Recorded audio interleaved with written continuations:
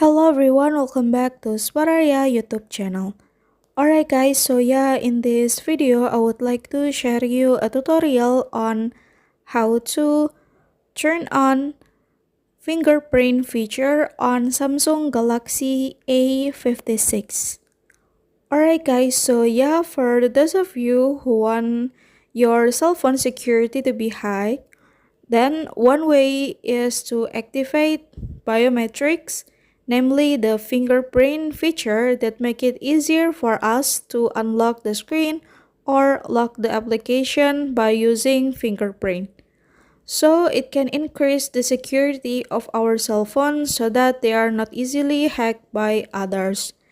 And how to do that is very easy. The first thing first, now you can go to settings menu on your phone, and then now you can scroll down and then go to security and privacy, and then now you can go to lock screen, and then you can enter your lock screen first, and then on the biometrics you can click on fingerprints and then click continue and click register. So now press your finger inside the circle and you can repeat until it's done, and then so yeah, you can click done.